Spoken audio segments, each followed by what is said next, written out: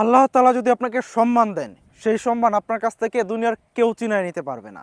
এর জ্বলন্ত উদাহরণ হচ্ছে মুস্তাফিজুর রহমান। আইপিএল থেকে বাদ পড়ার পর তার একটা সংশয় ছিল হয়তোবা তিনি আর নিজেকে খুঁজে পাবেন না, তিনি হয়তোবা হারিয়ে যাবেন। কিন্তু মুস্তাফিজুর রহমান সেই বিষয়ে কোনো পাত্তা দেননি, তিনি মুখে কোনো জবাব দেননি, তিনি জবাব দিয়েছেন পারফরমেন্স করে। তিনি ভারতের আইপিএলে 9 কোটি 20 লাখ টাকায় বিক্রি হওয়ার পর থেকেই ভারতীয় দর্শকদের একেবারে জ্বালাপাড়া শুরু হয়ে যায়। তাকে যে কোনো মূল্যে বাদ দিতে হবে।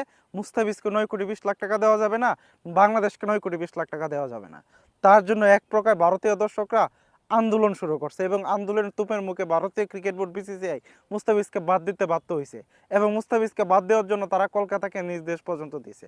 আর এই কারণে এই অপমানের প্রতিশোধ হিসেবে বাংলাদেশ বিশ্বকাপে অংশগ্রহণ করে নাই।